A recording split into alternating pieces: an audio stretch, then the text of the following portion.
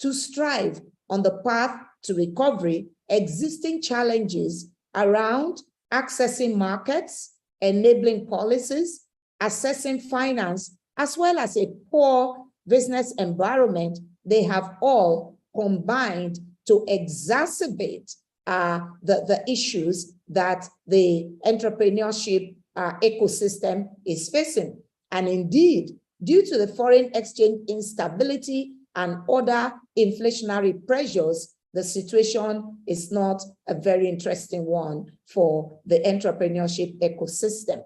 Now, whilst the entrepreneurship ecosystem has shown resilience in the face of these challenges, the micro, small, and medium enterprises that we typically call MSMEs, they continue to struggle with the impact of these challenges. And recent data by the Nigerian Bureau of Statistics, that's the NBS, and the Small and Medium Enterprise Development Agency of Nigeria, that is called SMEDAN, the 2021 MSME survey reported that a 4.5% decline has been recorded in the number of MSMEs within the ecosystem. It means a drop from 41.5 million MSMEs in 2018 to 39.6 million MSMEs in the year 2021. And all of this is largely due to the impact of the pandemic. For me, those numbers may look small, but what it really means is 1.9 million MSMEs have dropped out of the race. Just begin to imagine the impact on families, the impact on individuals, and then of course the overall impact on the entire ecosystem. So as Nigeria looks to welcome a new government, economic growth is expected to be a front burner issue. And therefore, entrepreneurship for us is a critical driver of economic growth, especially when we talk about economic growth that impacts or economic growth that affects the welfare of common man. Then when you're talking about that, entrepreneurship is a critical driver, and therefore it deserves to be the immediate area of focus. So to effectively and sustainably implement policies, programs, and or interventions, it is important to critically assess entrepreneurship policies. It's also important to identify the critical levers that will improve businesses and also address the attendant gaps. And to that extent, there obviously is a need to design a framework to drive the implementation in both the short, medium, as well as the longer term. Thus, this pre-summit event is intended to engage relevant stakeholders so that they can deliberate on the impact of the current macroeconomic environment on the MSMEs in Nigeria. Also, this event is intended to review key entrepreneurship policies around pertinent entrepreneurship thematic areas. It is also intended to encourage capacity building and business support to promote access to finance and markets while assessing the impact on micro, small, and medium enterprises growth. Ultimately, the goal is to identify the critical levers to create an enabling environment and drive sustainable growth for entrepreneurs in the mid to longer term.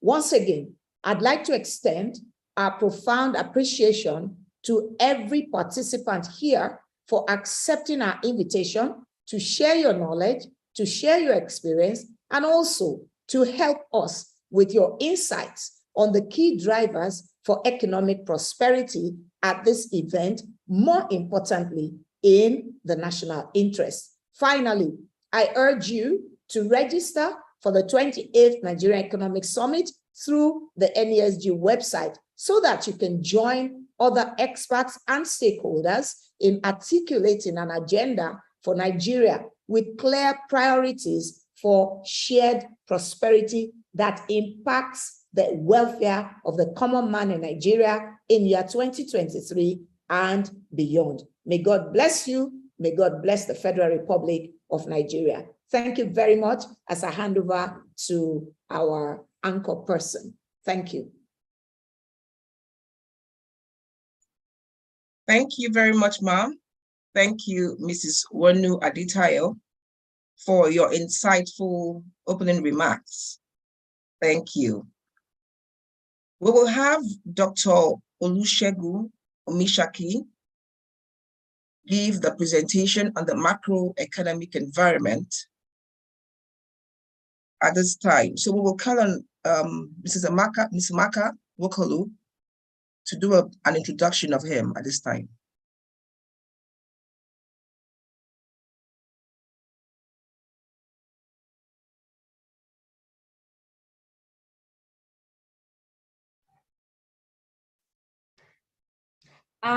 Hello, everyone, and hello, Mrs. Hansen. So we are just going to yield the floor to Dr. Mishaki. That's it. All right, really, thank you. Really just listen. Thank you. You're welcome, sir. Thank you very much for being here. All right. Good morning, everyone. Sorry, my internet has been behaving somehow this morning. I hope I can be heard out there. Good morning. Yes. Oh, very great. Clear. Great. So thank you very much again. Thank you for the opportunity to be part of this program this morning, and especially as we look at a very critical aspect of the Nigerian economy, the role of the small, large, and medium enterprises in Nigeria. And as it has been said earlier, I think we all know that this segment, or if you call it a sector of the economy, is so important that it's a key driver of even the macroeconomic performance. Whatever happens at the macro level, the extent to which the economy can become very vulnerable or become strong, resilient at the face of the global and domestic economic challenges depends to a very large extent at how small businesses or medium businesses are doing. This is not just the case of Nigeria, it's the case everywhere. And so it's a privilege for me this morning to also share with you some context on the state of the Nigerian economy. I believe that this will help us to also look at the state of the economy in a better form, in the sense that this will help us to understand what is happening. We all know, yes, to a very large extent what is happening in the country now, but I hope this presentation will also give us some perspectives as to how businesses can flourish or how businesses can mitigate against some of these challenges that we are facing, and indeed how they can also optimize the opportunities that we could see presently. So in the next 15 minutes, I'll be presenting on the state of the Nigerian economy. Specifically, I'll be speaking to what happens to the outputs. Sorry, I'm trying to, okay. So I'll be speaking on the GDP, the role of non-oil sector and the role of oil sector so far. I'll also be speaking on what is happening in the space of inflationary pressure that the country is facing now, and how this has to a very large extent impacted on the purchasing power. Then I will speak on the state of the fiscal challenges that we are also facing. I would also then talk to the present stand by the CBN, learning from the global examples, what the CBN is doing to try and curb this inflationary trend, and indeed to help the foreign exchange market, and also to strengthen or to kind of attract capital flight. And lastly, I'll be speaking on why we've not been able to optimize some benefits from the recent increase in oil prices, especially as it reflects on our weak revenue base, and also on the challenges we are facing on the external reserve. So To start with, I've grouped these narratives into different blocks so that we can also appreciate them properly. Yes, if we look at where we started from 2021 Q1, we could see how the system, the Nigerian economy, displayed some level of resilience. And from Q1 2021 to Q2 to Q3 to Q4 and currently to Q1. I believe maybe today or latest tomorrow there will be we should be able to have a Q2 for 2022. But what we have is an estimated Q2 value for GDP that we already estimated. So one of the features, as we look at it here, is the fact that the growth, yes, we are growing, but the trajectory seems to be also following what we've experienced before. The growth is weak. And one of the major challenges with weak growth is that it makes you to see closeness with recession to be a normal thing. And the closer you are to 1 point something growth over time, the better your chance of falling into recession. So we hope that something drastic could be done. We also understand again that we are coming from different series of economic challenges and activities around there that we mean that we need to do better than this. So ultimately, we could see the role of non-oil sector. The non-oil sector seems to be the key driver of the economy now. The total growth of non-oil sector gives us about 6.1%. If you compare that with what's happening in the oil sector, you see that the oil sector is still in recession, and this signals a serious challenge. As long as the oil sector is in recession, the Nigerian economy cannot really grow. Yes, the non-oil sector can, give us some kind of leverages here and there in terms of government revenue, in terms of investment here and there. But if we rely, of course, we're already relying on the oil sector.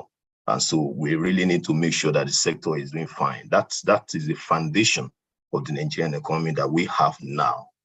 So another point we noted from this growth trend is the fact that even in the non-oil sector, some of these subsectors that we see that are growing seems to be those sectors are not really contributing to the strongly to output, or that they have a very weak growth, job creating capacity. In other words, those sectors that have high job creating propensity are not really growing. So it's not just enough to say the non-oil sector is doing fine. We also need to make sure that those sectors that can create jobs, those sectors that can contribute immensely to output are not left behind. Okay, so now when you look at what we have with respect to the inflationary pressure, I know this part of the presentation is better felt than presented or than talked about. We all know what individuals, the household, businesses, even government is going through because of this impact of inflation.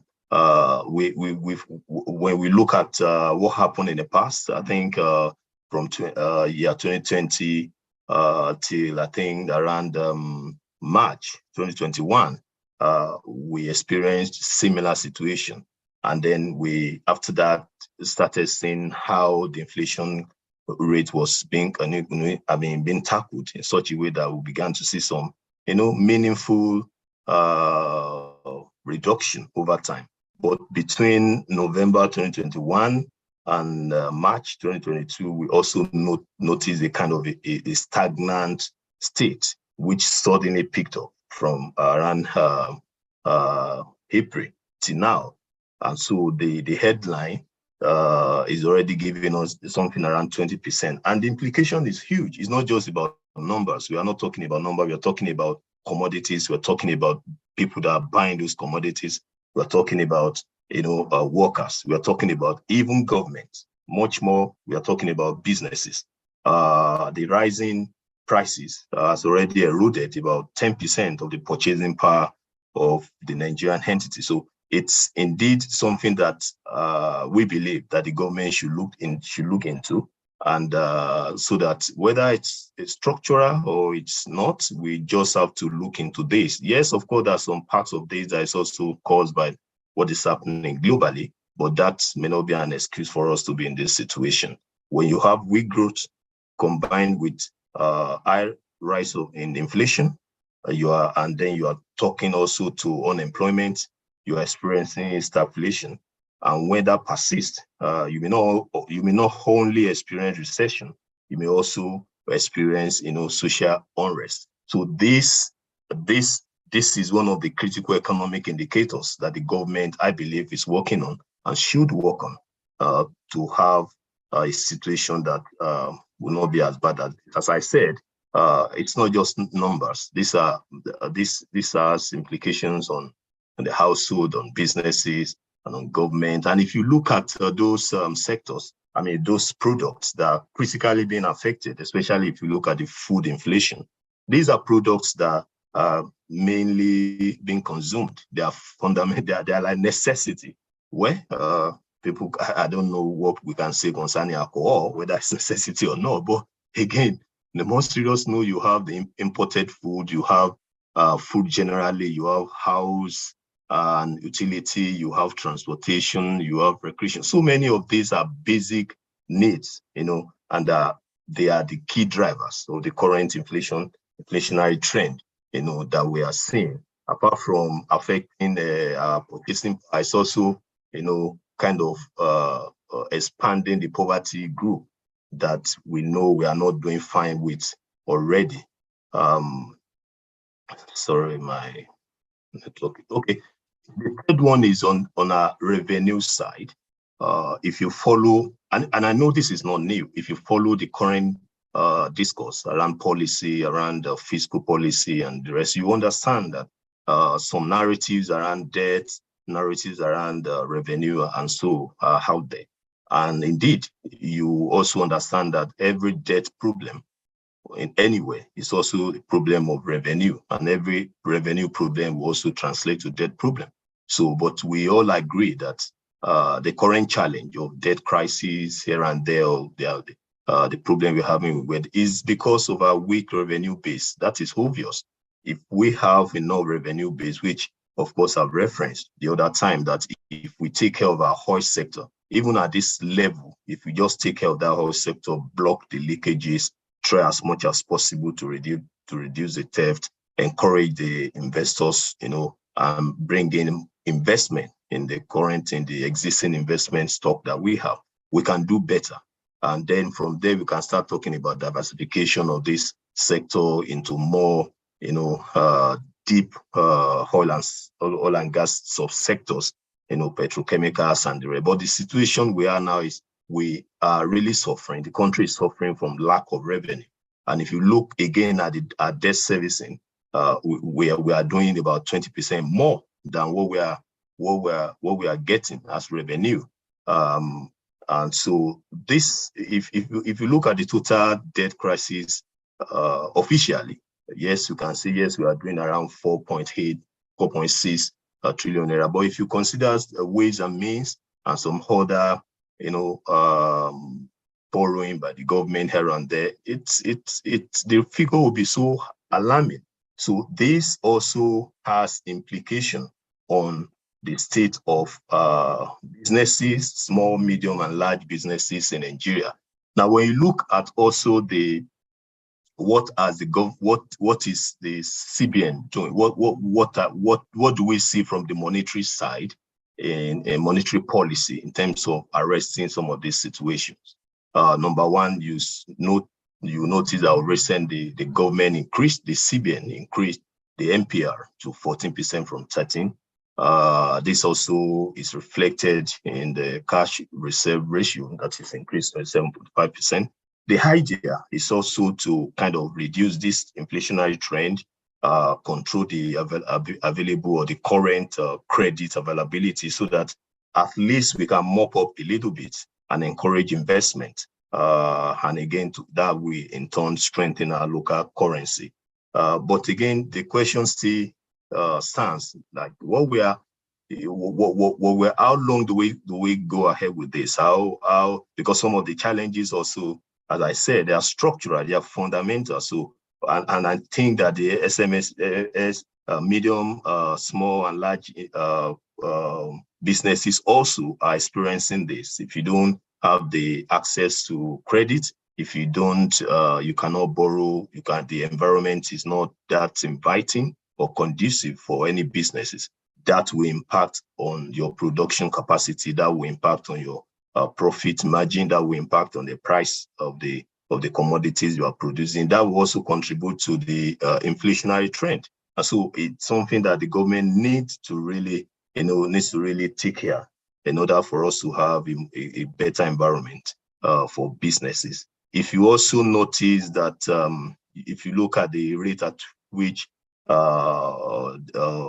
government the credits have been given out, if you compare credits to government and that of the businesses, yes, we can say conveniently that businesses in terms of size, businesses are getting more credits than that of the government. But if you look at the growth rate, it's shocking to see that in H1 2022, credit to government grew by 35%, while that of private sector increased by just 11%. That also signals the extent to which the government is also struggling, to meet up with its daily activities compared to what you have with respect to the business side.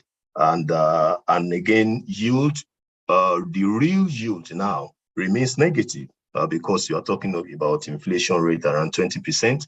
Whatever type of yield you are talking about, 90 days, 1 year, 15, 20, mostly they are all below that. And when that happens, you don't have a positive yield, you have a negative one. And so these are some of the challenges that have direct, direct implication on how businesses are run in Nigeria. And lastly, we'll look at the relationship between oil prices and the trade surplus. Yes, because crude oil production has always been the largest size of our exports. For now, we have about 79% of total exports.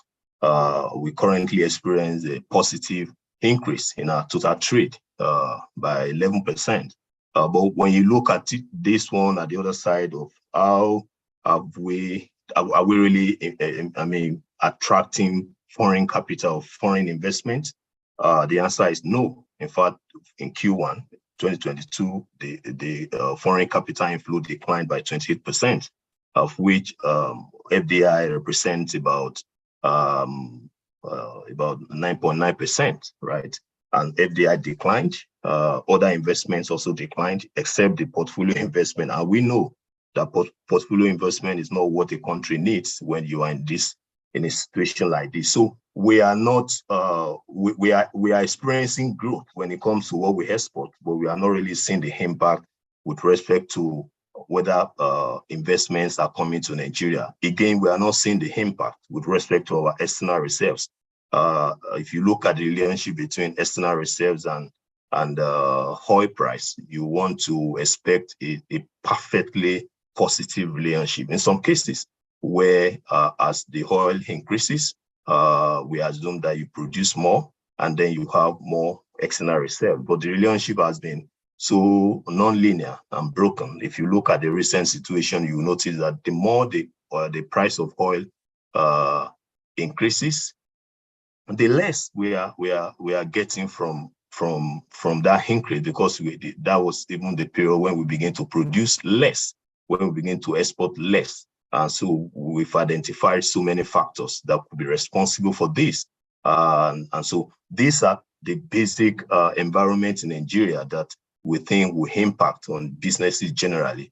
And that will also determine the narrative we are giving to why businesses are prospering or not and what could be done. We need to fix the macro environment.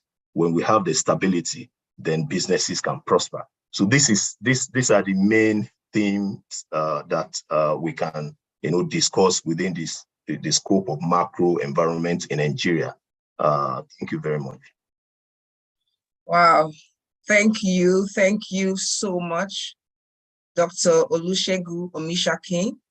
Thank you for your very insightful presentation on the macroeconomic environment in Nigeria. Mr. Dr. Olusegun Omishake is the Chief Economist and Director of Research and Development at the NESG. And he has given very insightful brief on the Nigerian macroeconomic environment. He has actually set the tone for the panel discussion today. And from his presentation, we can see very clearly that economic growth is weak. And this can lead to a plunging, quickly plunging into Nigeria to quickly plunge into recession for such weak economic growth. And from this very brilliant exposition on the Nigerian macroeconomic environment, we see that it's important, it is critical that entrepreneurship thrives. So we need to continually support the development of the entrepreneurship ecosystem. And he also showed that there's weak revenue base, and the answer really is to support entrepreneurship development. That's just the answer. And that's the only way that the Nigerian economy can grow. I welcome you again to the Nigerian Economic Summit Group, MSME Community of Practice pre-summit event. My name is Edigom Hansen. I'm the Managing Director of Wider Perspectives Limited and the thematic lead of the Capacity Building, Education and Business Support thematic group of the MSME Community Practice, and I'll be your moderator today. As had earlier been discussed, in setting the context and setting the tone for today's conversation, the MSME Community of Practice have put together highly resourceful key stakeholders in the entrepreneurship ecosystem to discuss this very relevant and important topic. It is key drivers for economic prosperity, a critical look at entrepreneurship policies. So to ensure contribute to our economic growth, it is very important to take a critical look at our entrepreneurship policies and deliberate on the impact of the current macroeconomic environment on MSMEs in Nigeria. This discussed today will aid in reviewing key policies around pertinent entrepreneurship thematic areas. It will help in addressing capacity building and business support for MSMEs, and eventually leads to the development of a white paper for the implementation of proposed interventions in the mid and the long term. This white paper will be disseminated post-events for access by the public, private, and development stakeholders within the entrepreneurship ecosystem. It is also very important to note that this conversation will feed into the larger conversation at the NES 28. Our panelists today are made up of highly reputable resource persons, key stakeholders in the entrepreneurship ecosystem. We have today the Honorable Minister of State, Federal Ministry of Industry, Trade and Investment, Ambassador Miriam Katagum, who is ably represented by Mr. Monday Evans, Director, Enterprise Development and Promotion, Sweden. He will be speaking or sharing his views on the policy and regulatory framework in place to support MSMEs, be sharing priorities, gaps, and opportunities. We also have Dr. Tony Panachi. He's the Managing Director and CEO of Development Bank of Nigeria. He will be sharing his views on measures to put in place by micro, small, and medium enterprises. We have Dr. Ezra Yakusu. He's the Executive Director and CEO, Nigerian Export Promotion Council.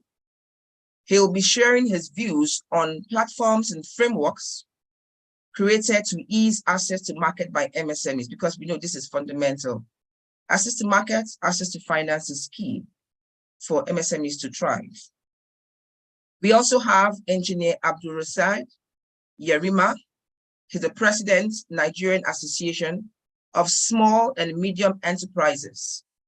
He'll be sharing his views as a panelist of Nsme on capacity building for MSMEs.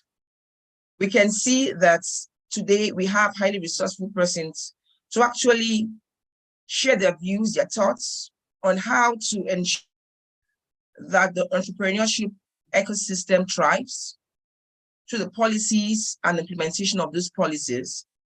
And of course, the multiplier effect that we'll have is ensuring that there is improved economic growth and Nigeria continues to thrive.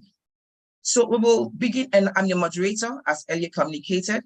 I would like you to use the Q&A box to throw in your questions. This is a discourse, and we know that you are all key stakeholders. So in as much as you're not a part of the panelists, you're a key stakeholder in this ecosystem, and we want to hear from you. You will contribute greatly to the white paper that we produced. So please ensure not to keep back your thoughts, ensure to be part of this discourse and share your thoughts, share your questions also on the Q&A box, in the Q&A box. So we will begin this discourse by throwing the first question at Mr. Monday Evans. So sir, you're welcome again. Yeah, thank you so much. Good morning. Thank you, good morning.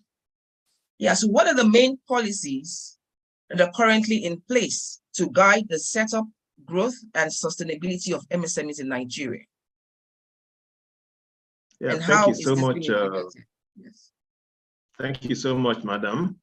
I'm here representing my Honorable Minister of State, Her Excellency Mariam Katagum, who incidentally is unavailable today for other official engagements. And of course, I'm introduced as the Director in charge of Enterprise Development and Promotion at the Small and Medium Enterprises Development Agency of Nigeria. I'm happy to be on this platform on behalf of the Honorable Minister of State. Of course, the issue we're talking about this morning is related to entrepreneurship policies as developed by the government to support the MSME ecosystem in Nigeria, to support them in various ways to tackle some of those challenges that militate against the ability to operate and contribute to economic growth and development in Nigeria. Of course, one of the major policies, in fact, the major policy in Nigeria is the National Policy on Micro, Small, and Medium Enterprises. Of course, this policy was developed in 2007 with the help of major stakeholders. Of course, the policy has been in operation since 2007, and then the first major review of that policy was done in 2015, when the implementation structure was changed from the National Consultative Assembly to the National Council on MSMEs that is headed by His Excellency, the Vice President of the country. Of course, another review of the policy was done in 2021, just last year. And then the review was also approved by the Federal Executive Council on 17th March 2021. Of course, this policy has been put in place to tackle some of those challenges, the major challenges confronting small businesses. Of course, that policy, you will recall, has 7 major policy areas related to, for instance, access to finance, to institutional and regulatory framework, to capacity building, to markets, to infrastructure, to technology, to extension services, about 7 major key areas. And these are the key areas that really affect small businesses as they operate. Of course, this policy, when it was reviewed, had to look at the major classification of these MSMEs, that's micro, small, and medium enterprises. We discovered that out of the numbers that have been thrown up through the national survey that the agency has been doing with the National Bureau of Statistics, we discovered essentially that the micros have been the majority. For instance, as at the survey for 2020, where we had about 39.6 million. About 99.8% are essentially micros. And of course, that's why we said we need to segregate these micros to see exactly the small of the small, and then some of them that are a little bit structured. So we came up with the idea of having another subsector under micros that we call the nano enterprises. And of course, these nano enterprises are those ones that employ between 1 and 2 persons and then have a turnover of less than 3 million, while the main micro enterprises employ between 3 and less than 10 and have a turnover of between 3 and less than 25 million. So that's one of the major additions we did to the policy that was reviewed 2021. Of course, in the policy, we're talking about several areas. For instance, to ease access. Seem to have lost you there. Hello. Okay. Hello. So we will just We can hear you, sir. Move on while Dr. Evans. Hello. You can continue, sir. I can continue. Yes, I can hear you. Maybe the moderator couldn't. I think so. I don't know. Maybe the issue might be with the moderator. Exactly. Yeah. Yeah. So can I continue? Yes, please. Yes, please. Okay. Thank you. So talking about one of the major areas out of the survey we did as 2020, the major area was small businesses say that they lack effective access to affordable finance. And we said to really help people have access, small businesses to have access to finance. So from our perspective, finance is key, but we need to talk about other issues like skills and uptaking arrangements like access to markets. So, but in the finance area specifically, we're looking at the issue of having a MSME funding portal where we can have all sources of funding from the financial institutions, from other private sector institutions, so that at a glance you can have access to at least know where the funds are and then how to apply for them. We're also talking about having what we call the MSME Development Fund, which is supposed to be done on a public-private partnership basis to make sure that we're able to have a robust funding scheme for MSMEs to tap into.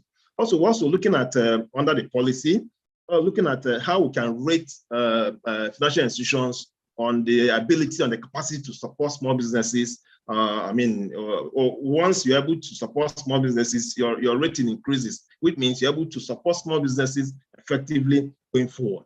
We're also looking at issues related to financial inclusion in the system to make sure that MSMEs have access to funding at any point in time. And then, of course, we're also looking at how to make sure that we support small businesses with BDS, because BDS these days is to support small business, but most of them cannot afford it. So we are trying to bring up a system who can subsidize or even give them this BDS free of charge to support them effectively. Of course, there are several areas we are trying to look at in terms of access to finance. And then in terms of the regulatory environment and the ease of doing business in Nigeria, of course, the work the PEBEC is doing, the Presidential Enabling Environment Committee is very, very relevant in this case. But what we're trying to do is to support the work they are doing to make sure that it becomes effective.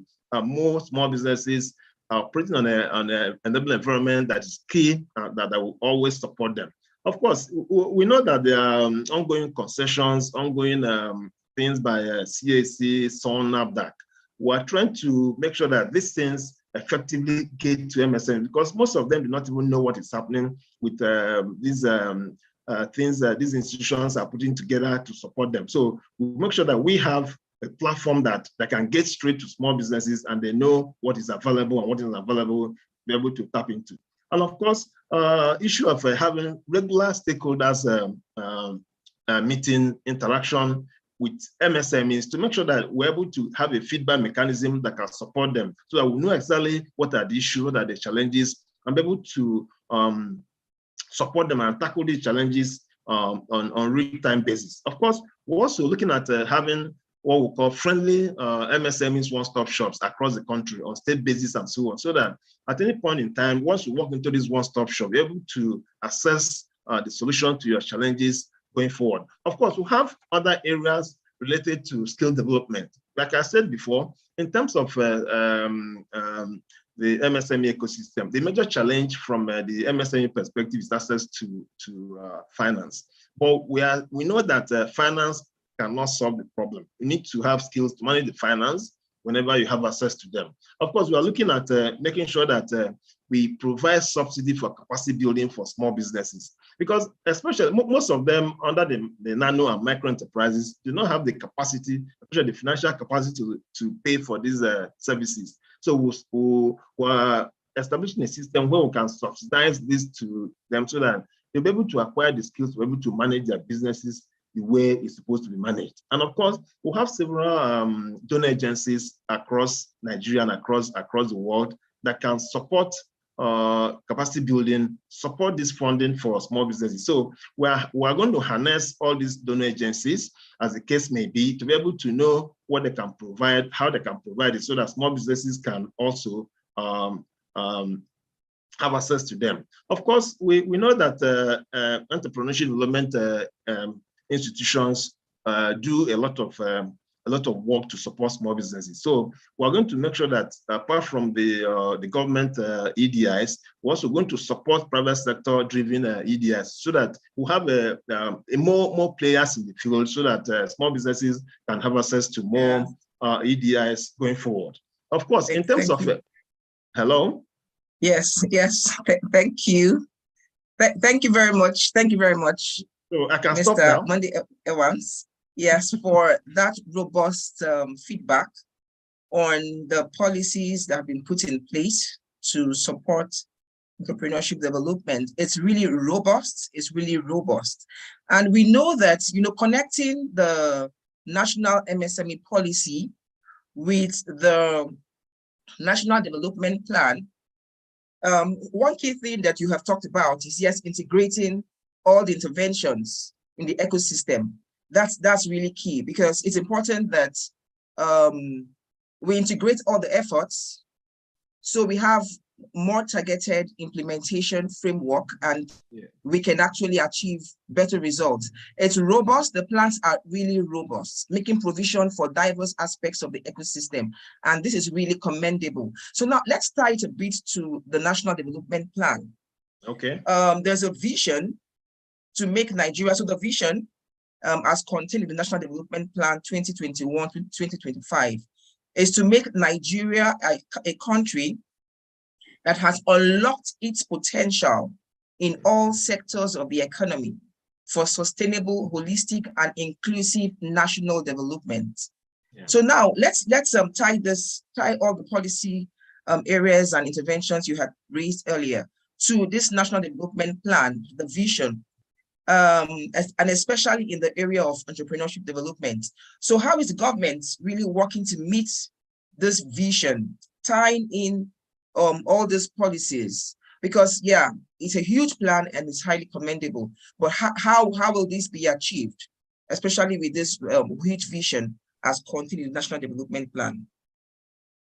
Okay, thank you so much, my dear moderator. Of course, if you look at like I said before, those challenges militating against the operations of small businesses are key to freeing them to support economic growth and development and effectively support the national development plans.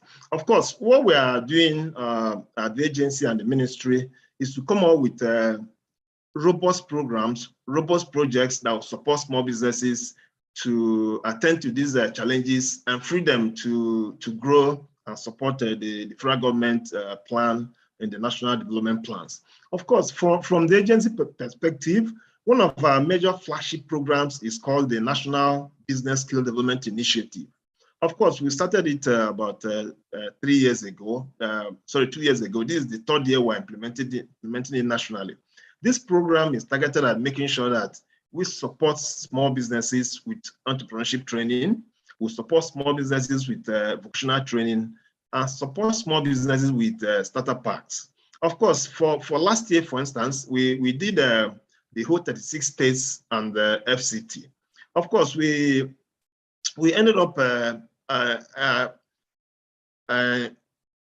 supporting about 5,390 entrepreneurs across the 36 states and FCT with the vocational training, with the entrepreneurship training, and then startup packs. Of course, these startup packs are targeted at specific skills that are most prevalent in these states and FCT.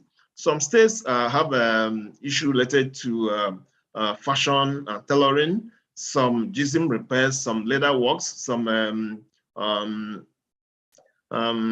carpentry, some these issues related to other areas. So what we did was to target these enterprises that are already existing, to support them with these refresher courses, and then to support them with this equipment. For instance, for those people in fashion areas, we have to give them industrial sewing machines. We have to give them other things to support them. For people that are using repairs, we have to give them repair kits that will effectively make them do what they are supposed to do.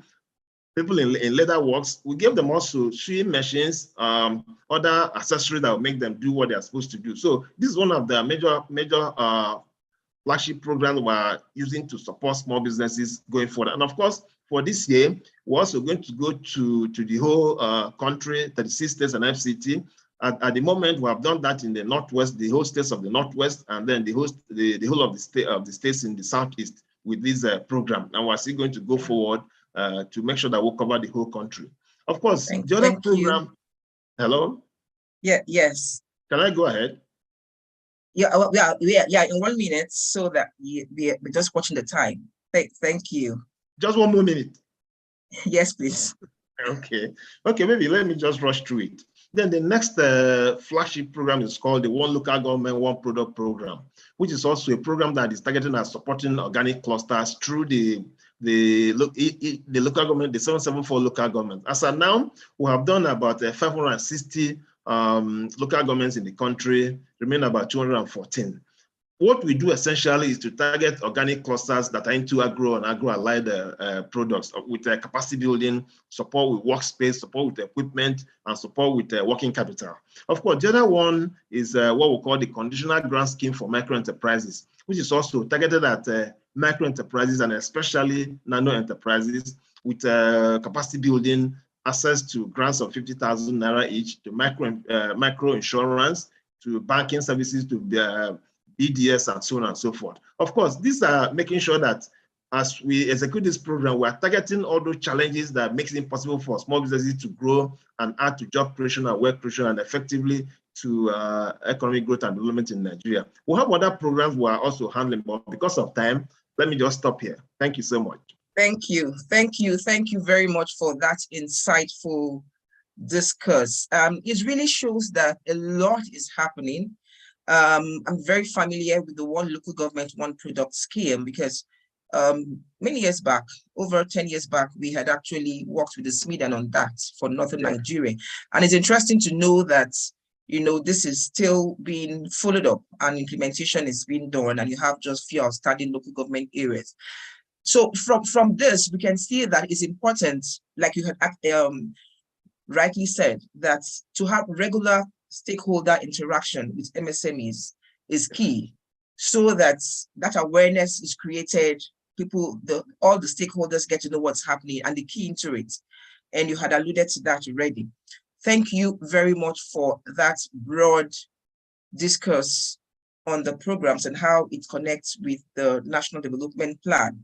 It's really robust. And in implementing those interventions or those programs, we truly will have a strong entrepreneurship ecosystem. Thank you very much. Just quickly to state that Dr. Ezra Yakusa is being represented by Ikpora Esther. She's the Assistant Director, NEPC. So we have Ikpora Esther on the call today. The next question will go to Dr. Tony Opanachi, the Managing Director and CEO of DBN. So over the last couple of years, there have been the introduction of funding programs and interventions for MSMEs. But despite all these programs, access to funding still remains a persistent challenge faced by MSMEs. Can you speak to some of the gaps and opportunities to bridge this funding gap? Thank you very much, Mrs. Hansen. And let me first start by thanking the Nigerian Economic Summit Group for the opportunity for DBN to come into this conversation. Just by way of quick background to DBN, DBN is a wholesale GFI focused to providing access to finance for micro, small, and medium enterprises through financial institutions with three clear mandates. One, to provide wholesale on-lending facilities to financial institutions to lend to micro, small, and medium enterprises. And the second mandate, clearly, to provide technical assistance and capacity building for financial institutions, also to facilitate access to credit for micro, small, and medium enterprises. And then the third part of the mandate of DBN is to provide partial credit guarantees for financial institutions, again, to facilitate lending to micro, small, and medium enterprises. So obviously, our mandate is clearly focused on micro, small, and medium enterprises. So this conversation and this discourse is quite very, very relevant and important for us. Listening to Dr. Msme, he has said the context from his presentation. You see, obviously, there's a crowding out of private sector lending. You see the growth in public sector lending. And so if you now bring that to bear on lending to micro, small, and medium enterprise in terms of availability of funding, of course, that is even much more complicated. Why? Because if you look at several statistics that have been shared by different organizations about the gap in the MSME funding, it's quite huge, depending on anyone you look at. If, for example, we look at the one presented by KPMG, which looked at 2019 of a gap of about 48 trillion naira in terms of gap funding for micro, small, and medium enterprises. That tells you how huge the situation is. And this can be broken down into two perspectives when you can look at about the gap. And this gap comes from, first, the supply side. The supply side is in terms of the availability of funding for them. And if you look at the lending of the banking industry as a whole, of course, that is, and then if you now see the share of lending to micro, small, and medium enterprises, it's about 5% of bank credit. That tells you how huge the need is. So the gap and the opportunity there require that we crowd in more private sector lenders to come in to provide access to finance for micro, small, and medium enterprises. That is one. So there are huge opportunities there. And that cannot be done alone by the development financial institutions or only commercial banks. So we need to also crowd in other private sector investors in terms of private equity firms and all that to provide funding for the micro, small, and medium enterprises. The second part of the is the demand side, when you look at the demand perspective, and that is even the micro, small, and medium enterprises, they are valuable, they require funding, but are they prepared? I do have what they call effective demand coming from them. And what underscores this effective demand?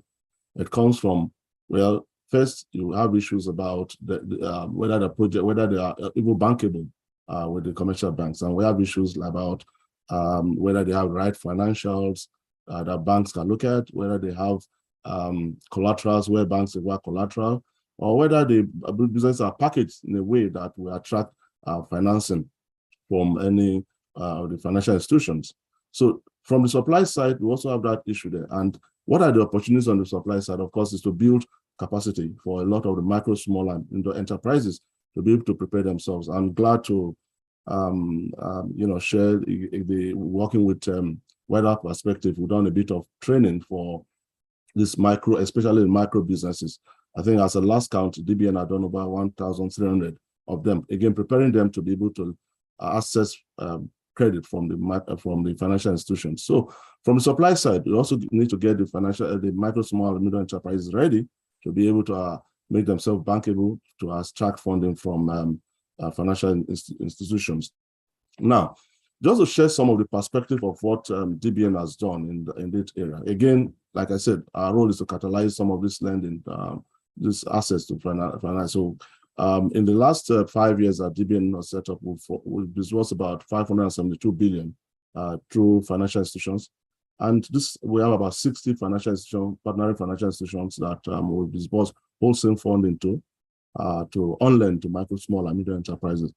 And from the last count we checked, about 235,000 micro, small, and medium enterprises have accessed these funds through these financial institutions we dealt with. And if you look at that, about 67% of them are women-owned businesses. And then about 27% of them are youth-owned businesses. So if you look at that, again, that's it's just scratching the surface. If you look at the need, if you tie that to the gap of 43 trillion, that tells you that we really need to create opportunities for other financial institutions to be carried in to provide access to finance. So there's so much opportunity in that area. The question I always ask is, the micro, small, and medium enterprises, they're always looking out for finance, access to finance. They have challenges. And on the other side, you also have the financial institutions saying they are trying to grow their balance sheet, looking for bankable businesses. So where's the disconnect? The disconnect is how you link the two by way of capacity building for the micro, small, and medium enterprises. And at times too, for us as a financial institution, DBN, for example, using our technical assistance program to also build capacity for financial institutions themselves, for example. And doing it, we had a pilot with about 5 financial institutions, 5 banks. And from what we've seen from that, there's a need for come out with innovative lending products. For example, how do you bring in about cash flow lending so as to take care of collateral issues when you ask from micro, small, and medium enterprises, and so on and so forth. So there are huge opportunities there, and the approach to it will be not only providing the finance, but also providing the capacity for a lot of the micro, small, and medium enterprises, and also the financial institutions, so that there is a good congruence. And I will stop there at this moment and then take more as we continue. Thank you very much. All right, thank you. Thank you very much, Dr. Tony Opanachi. Yes, DBN keeps building capacity of MSMEs. And as has been discussed, there is a disconnect from the supply side and the demand side. And capacity building will help to bridge that gap. The funders want to fund. Those sourcing for finance, the MSMEs need finance. So that gap has to be bridged so that whatever the two parties' demands are met. Thank you very much again. We will have the next question go to Ikora Esther. And it's on, for MSMEs intending to go into exports of their products. They experience a myriad of hurdles, inclusive of multiple levies at the ports imposed by various agents of government. For example, you have the Nigerian Customs, you have the Standards Organization of Nigeria. So this way, it makes it very prohibitive for the MSMEs, especially those who have commodities, to actually export. How can government address this issue to cushion the pains of MSMEs? There is a drive to export, but these issues, stand in the way. How can government address this issue to cushion the pains of MSMEs? Thank you very much, madam. You're welcome again on the call. Thank you. I'm standing in for Dr. Ezra Yespuzak. I'm a deputy director in charge of MSMEs. The NEPC has been doing a lot in regards to access to finance or access to market for MSMEs, and that is because we realized that the MSMEs are the drivers of the economy. And to cushion the effect of the hurdles that you have just mentioned, we have taken up some steps by establishing the domestic export warehouses for them, or what that we call the DO project. Under the domestic export warehouse project, we have all these agencies under the same roof, where the MSMEs can take their products to. All the certifications, all the inspections that that needs to be done will be done there, so that once the product leaves the domestic export warehouse to the ports, it will be devoid of any encumbrances from anybody. Nobody stops. Once it is sailed at the domestic export warehouse, it goes unhindered to the ports and onward for export. So that is the project we have initiated to tackle that problem, because we have realized that we have the MSMEs, they counter a lot of problems on the from the point of business to the port, a lot of issues. You have certification issues, you have custom problems and all that. But the first thing we did before establishing the due project is to make sure we build their capacity. Because without building their capacity for them to know what they are venturing into, they may not be able to understand. So we build their capacity, especially in terms of export documentation and procedures, which is where the customs will hold them, to make sure that they are in tune with the procedures and documentations required for them to access the market. We also make sure that they have the necessary certifications. And for most of them, certification is an issue. So what we did was to offset and start training some of these MSMEs that has products to make sure that they have the requisite certifications to enter the market. Because without the requisite certifications, most of them will not find it easy. And the cost of certification, we know, is usually on the high side. So for NEPC, we came in to bridge the gap, and we have been encouraging them with certifications training and making sure they acquire these certifications. So far, we have been able to train, help about over 150 MSMEs to find their products certified for the market. So that has equally helped them. We have also, in addition to the export, to the domestic export warehouse, we have equally established the export trading houses outside the shores of Nigeria. These domestic export warehouses, the export trading houses, once the products move from Nigeria to the export trading houses, they are warehoused there and sold from there unhindered. And for the movement of the product, once they leave the domestic export warehouse, they move straight to the export trading houses. We have established some in Kenya. One is in operation in Lome. We have in Kenya, we have in Cairo, and others are all equally upcoming. So these are the measures we have so far taken, because we know that for them, the MSMEs, a lot of issues are encountered. And to bridge the gap and to assist them, we have done all these things, put all these things in place to be sure that our MSMEs enter the markets unhindered. And on our part too, we have also assisted them through exposure in international trade fairs. We take them out on international trade fairs, let them showcase their product, because that is the easiest means of accessing markets for them. Once the products are, we are sure that the product meets the necessary criteria, but in packaging, in certification, and has the requisite approvals from here, we move them to the international trade fairs and exhibitions so that once they get there, they will be able to source markets.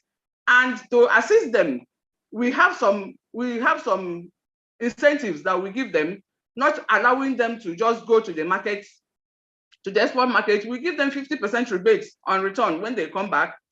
We provide exhibition stands. We have some incentives that we help them do in the international market so that the burden and the financial burden on them will be lifted. So on our part, we have tried in no small measure to ensure that our MSMEs, especially the registered exporters, that they get the necessary information and trainings that they are supposed to get in order to have a hitch-free access to market. Because in NEPC, we have a market development department dedicated for market access for our MSMEs. Thank you. Thank you. Thank you very much. Thank you very much, Ikora Esther, Assistant Director, MSME at the NEPC, representing Dr. Israel Yakusa. Just to follow on, Madam, to that question. So do the domestic export warehouses, do they cushion the effects of the multiple levies that are taxed?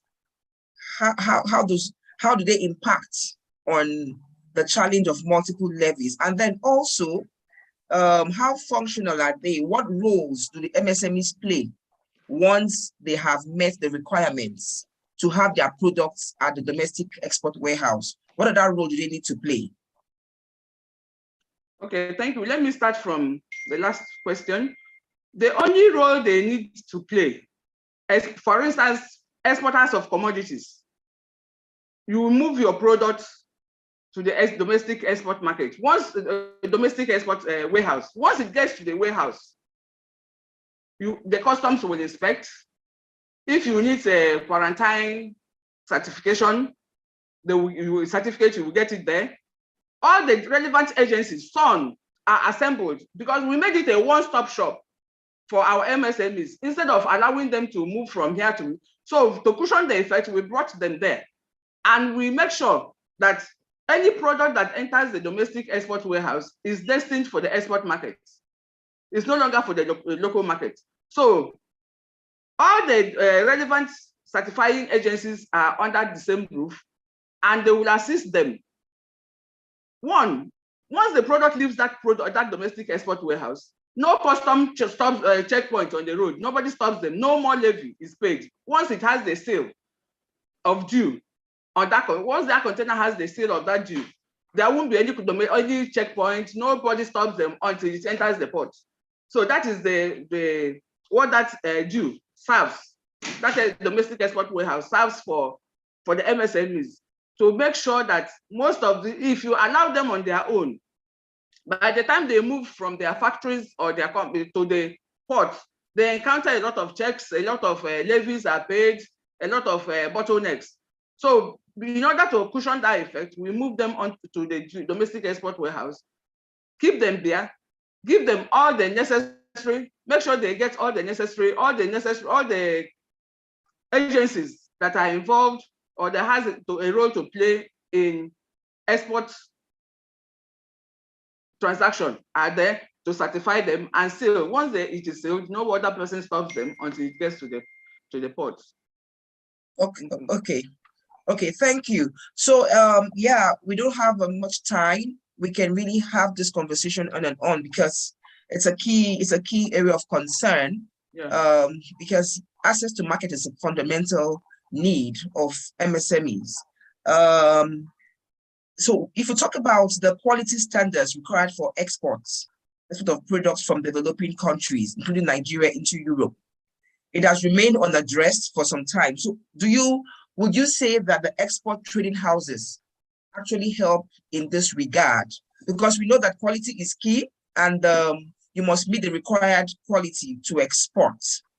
Is there a capacity building program that helps them to ensure that they meet that required quality and the use of third-party routes are supported, are enhanced in such a way that the MSMEs can actually export when they meet the quality requirement? Does the export trading house answer to that? Yes, that is the main reason why the export trade houses were established. To address the issue of quality. For instance, the one we have in Cairo, Egypt, handles our produce, our commodities. They are the sesame, cashew nuts, granules are moved from here to the domestic export warehouse in Cairo. Well, once it gets there, they know the requirements of the markets in Egypt. They add, and if it needs polishing, if it needs processing, they do that. And from there, they feed the market. And they ensure that the goods from the export trade houses are certified to enter the markets for which they are destined. So the one we have in Cairo is right now servicing Egypt and the adjoining countries. And it is owned by a Nigerian because we allow Nigerians to drive that.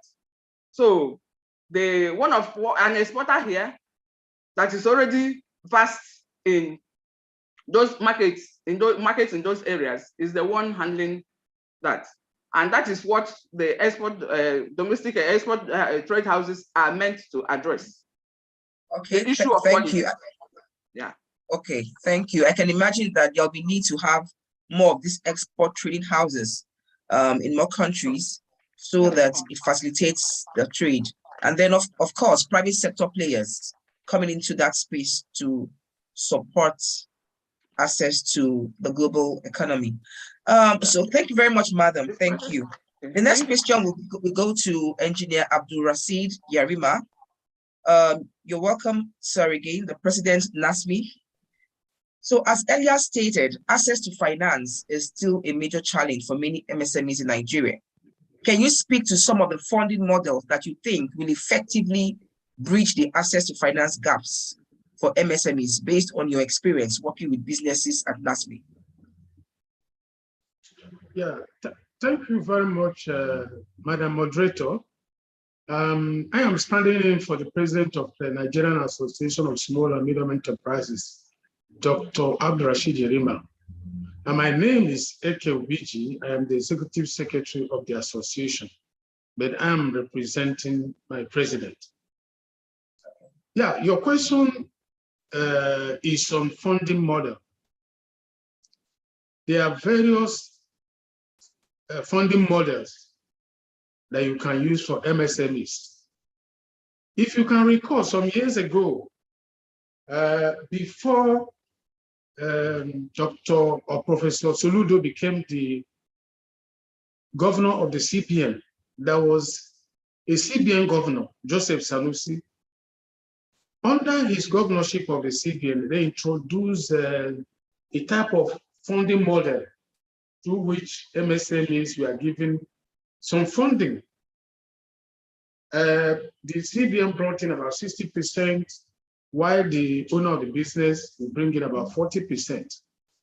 And the enterprise will use that funding for a while, after which those that came in, the interventionists will step aside and the owner of the business will go on. That's a good model, but I don't know how quickly it can be done again. But I'm just bringing that in because as at that time it worked, though not all SMEs assessed it.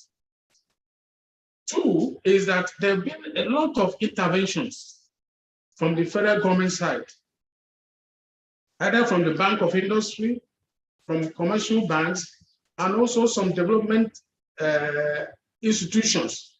Like the DBN, I saw the MD of the DBN, Dr. Panachi, he spoke. Even the Bank of Agriculture. There are a lot of funding opportunities in those places.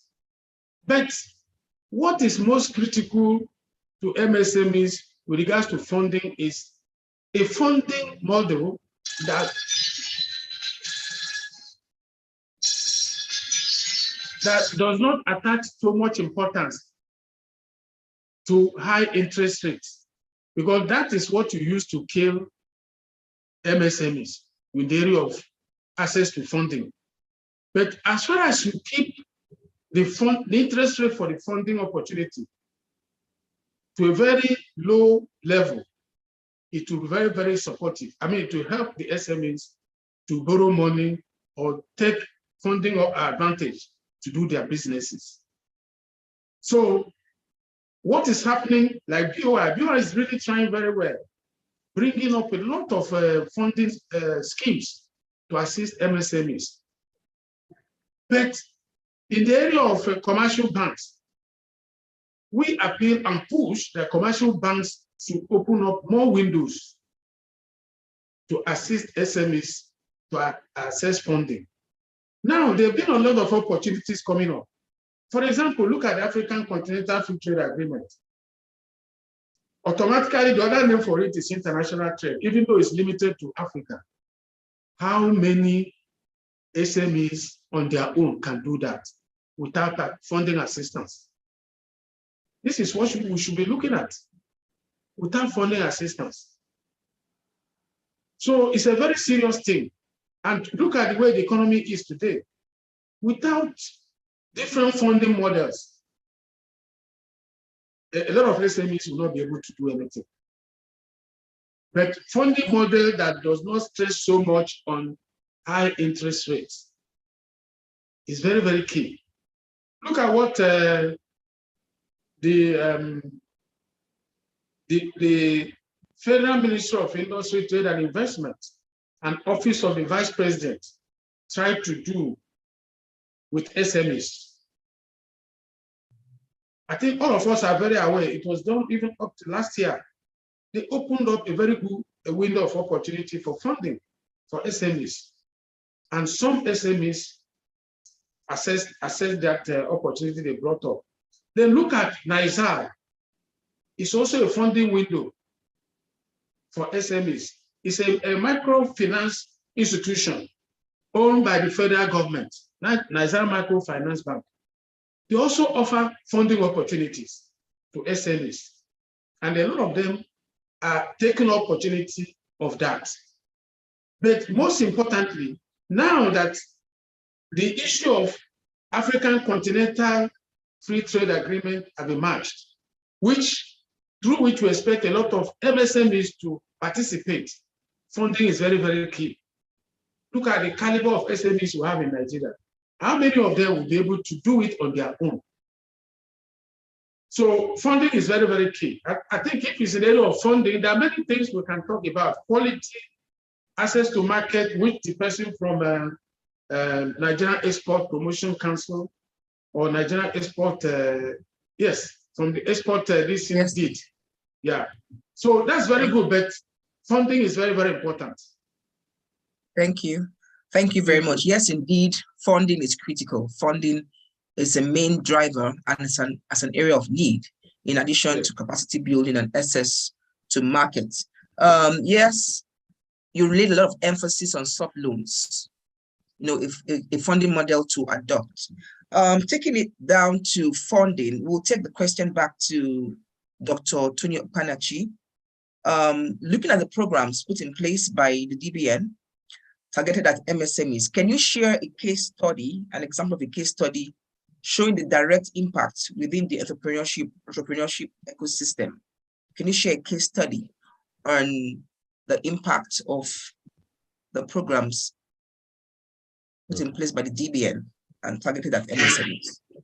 Well, thank you very much again. I'll just pick one particular aspect. I talked a lot about capacity building and technical assistance. And we did a pilot technical assistance for about 5 commercial banks to see, look into their lending practices and see how they can improve or increase their lending to micro, small, and medium enterprises. And we do quarterly and annual monitoring and evaluation exercise just to see what the impact of some of these activities are. And we found out that, for example, after the TA we did to these financial institutions, about lending to micro, small, and medium enterprises grew as high as 87% in some cases for some of the financial institutions. And across that, we also noticed that increase in terms of lending to women. In a particular instance, we saw a growth of about 173%, growth in terms of lending to women-owned businesses. And in terms of turnaround too, we find out that sometimes we've noticed about 33% increase in terms of turnaround. Now, what does this all indicate? It indicates that the more the financial institutions understand the businesses of these micro, small, and medium enterprises, the more they are able to create innovative products, the more they are able to work with them to be able to increase lending to that space. So we believe that on a wider scale, a larger scale, as more financial institutions come on board and take on specific programs to see how they can provide access to credit for the micro, small enterprises, then we'll see growth in the numbers. Okay, thank you very much, sir. So calling on more participants, more funders to come into the funding bucket. I would just lead, there's a question that has been asked on the ICT sector. The ICT sector, so this question is also targeted at Dr. Panachi. The ICT sector is growing faster than other economic sectors in Nigeria. In 2020, the sector grew by 12.9%.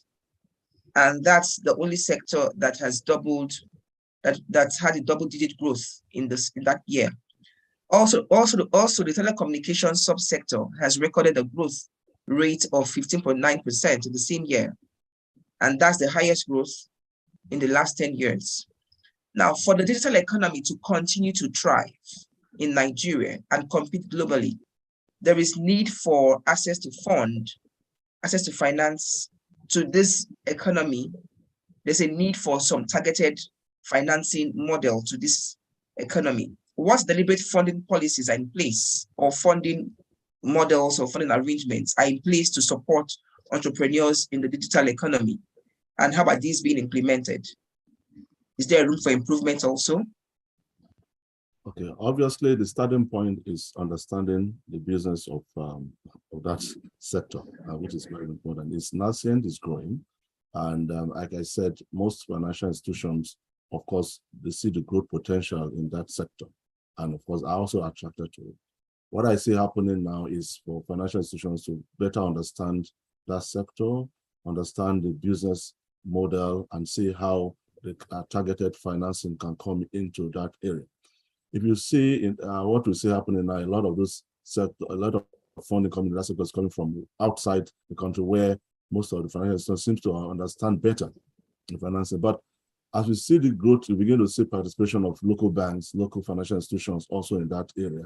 So that opportunity potentials are huge. And I believe that as we continue to understand, build capacity within the financial institutions, they're going to be come out with better funding models to be able to provide access to finance that. Like any other thing in ICT, it's evolving. Okay, so a lot of innovations coming up.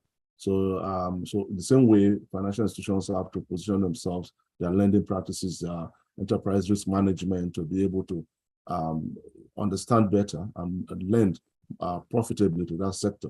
So I believe that as like any other business, those financial institutions were also looking at opportunities in this area. They'll continue to provide more assets to finance that sector. Okay, thank you very much. So there's a need for better understanding of that sector so that the various players can actually meet the need and the demand of that sector. I will encourage participants to please share your questions. Please keep them coming. Share your questions on the Q&A box, and then the panelists will address these questions, where we want to ensure that we make this discourse beyond what we have as the panelists. We want other stakeholders like you participants to be a part of this discourse by sharing your question. There's a question from Mr. Monday Evans. Mr. Monday Evans, there's a question for you. The MSME policy as reviewed, what is the impact factor achieved so far? What is the specific growth ratio to the national GDP if it is measured? How soon do we expect these interventions to manifest effectively on entrepreneurship development in Nigeria? So a question of impact. What's the impact already achieved, and how you measure it with national GDP? Yeah, thank you so much. Of course, I was already typing my answer on the platform, but let me just talk about what I'm going to. I'm already typing on the platform.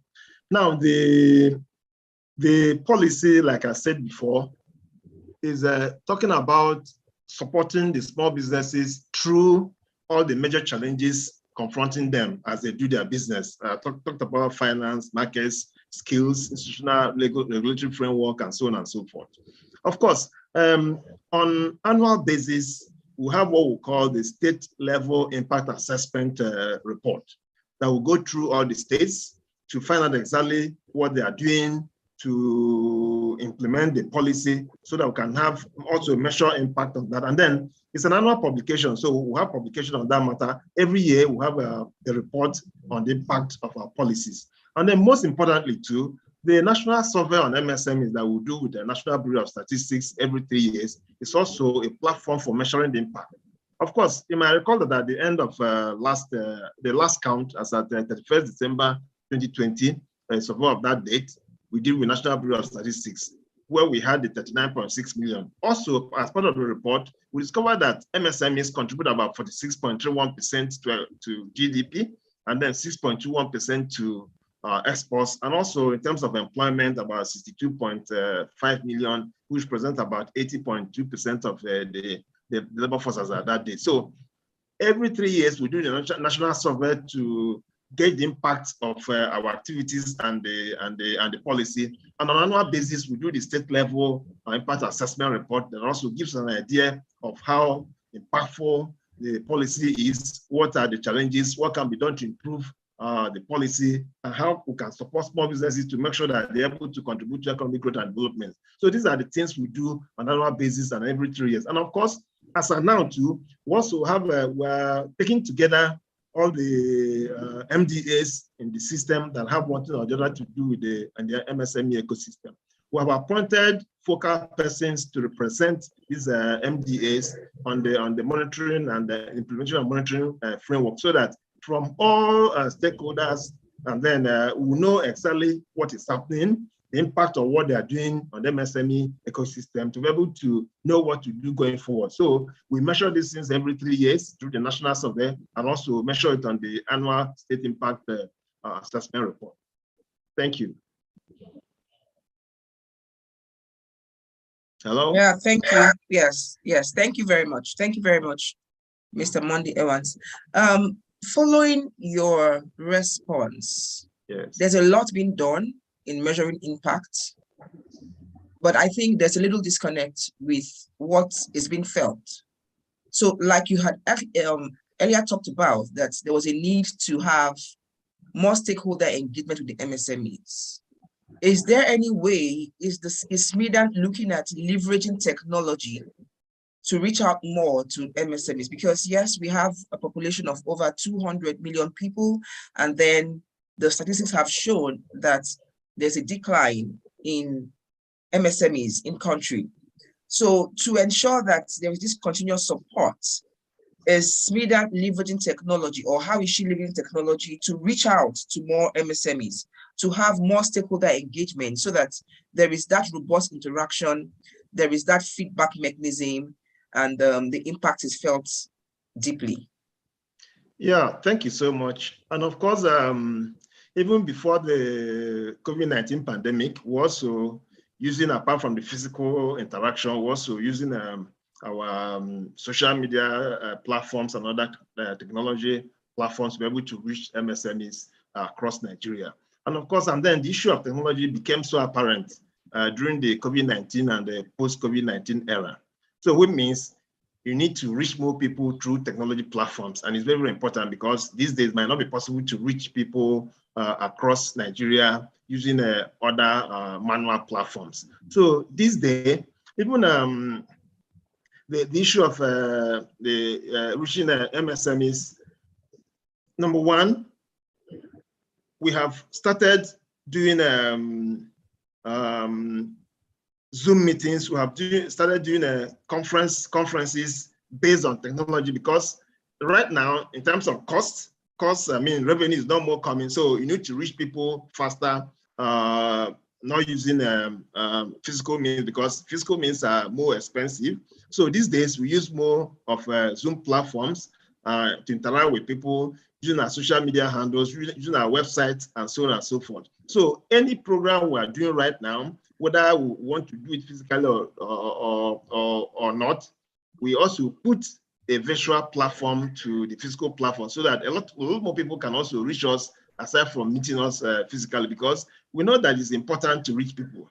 And of course, these days now, most of our people also have challenges of internet connectivity and so on and so forth. But we try as much as possible, even when we are doing this internet Zoom connection with people, we also try to support them by making sure that they're able to get connected to us, by subsidizing the cost of connecting to us, by making sure that they're able to give them bandwidth, be able to give them internet connection, be able to pay for their data to be able to connect to us, to make sure that they're able to get back to us and talk to us, so that we know what is happening with them and so on and so forth. So we use these days a lot of technology platforms to be able to reach our clients across the country. Because if you depend on physical interaction, how can you get to about 39.6 million people? It is not possible.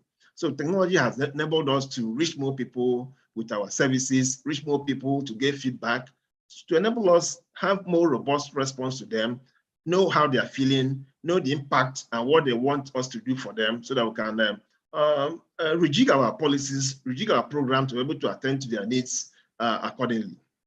Thank you. Okay, thank you. It's good to know that a lot has begun in that direction. So yes. It's important to keep pushing that. Yes. There's a question directed at Dr. Omishaki. There's a question directed at Dr. Omishaki.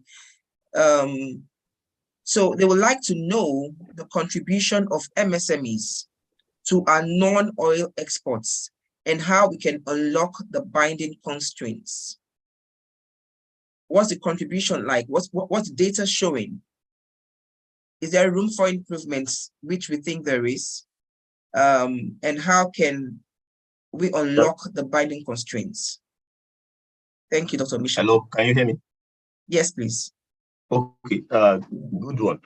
So we know fundamentally that the Nigerian economy, one of the key drivers of the Nigerian economy is the informal sector, what we refer to as informal sector, which closely is also related to the small businesses, large businesses, and co. So this is more or less. So when you then look at it at their role in terms of the non-oil sector, you are simply saying these are the sectors.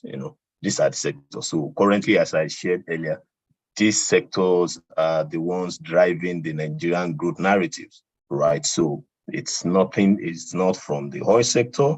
It's purely from those businesses that are, getting good revenue for the government, making sure that the employment generations are there, making sure that the basic economic activities are going on smoothly in Nigeria. They may not contribute significantly when it comes to the value of exports, right? But we can see some improvements also recently. So for me, it's there are a lot of things that could be done to get these sectors to improve their performance. But mainly, I think the most important thing, given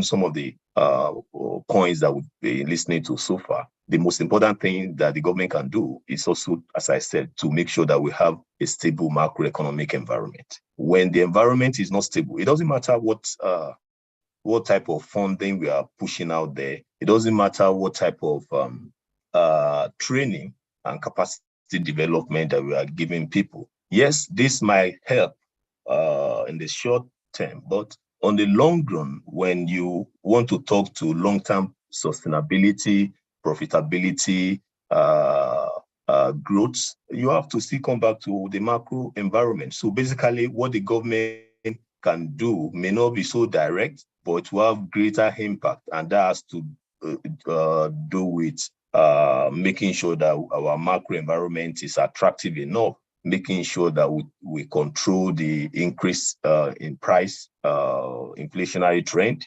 making sure that we look at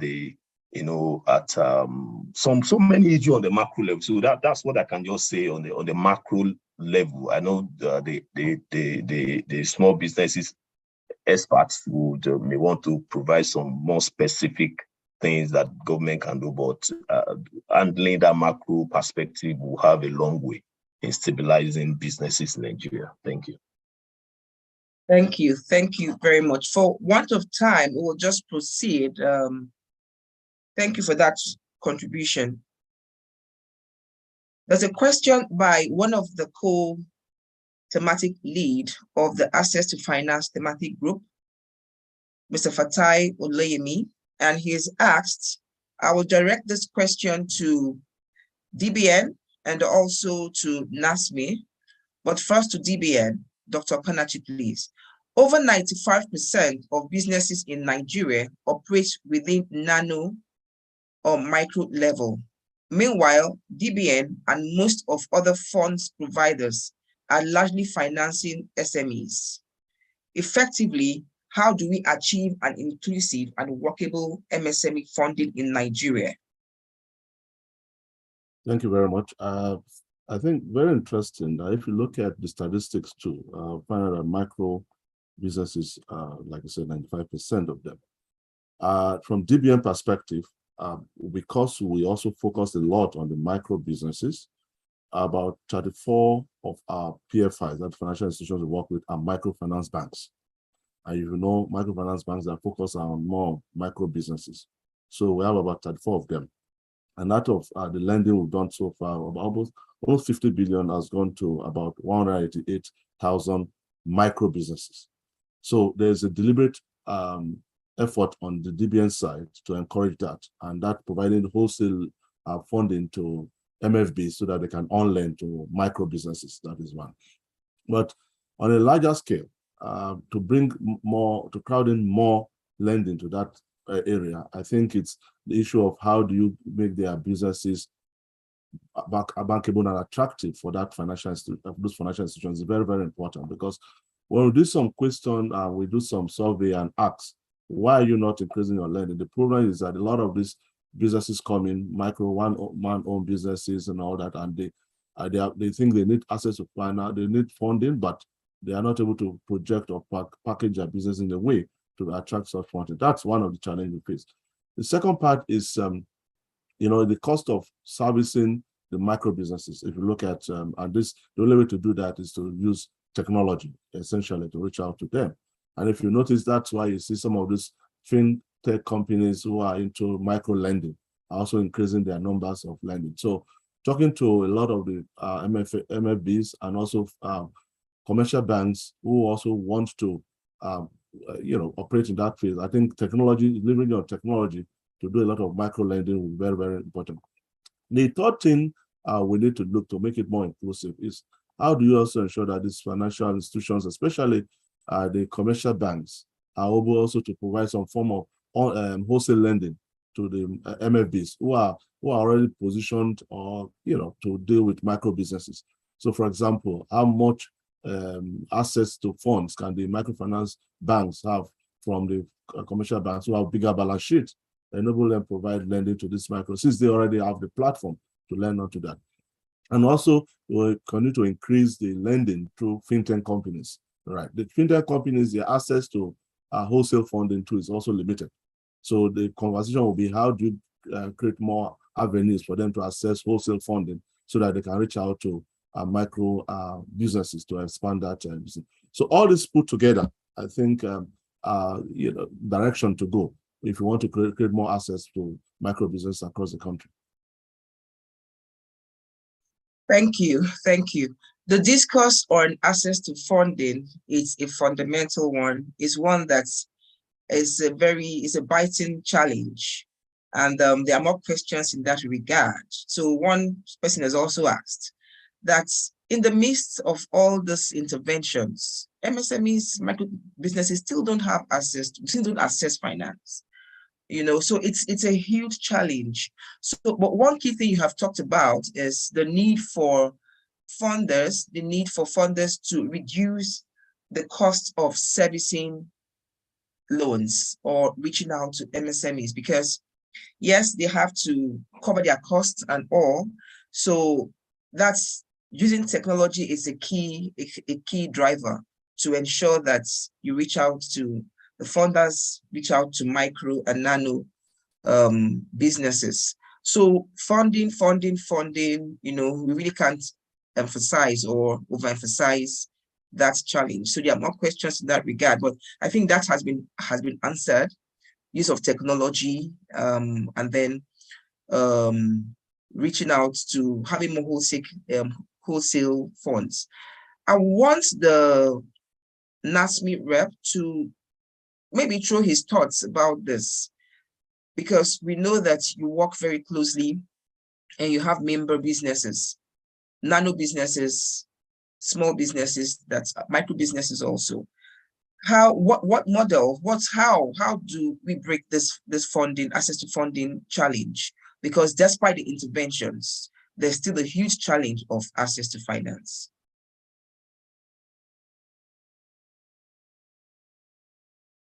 Yes, please, Mr.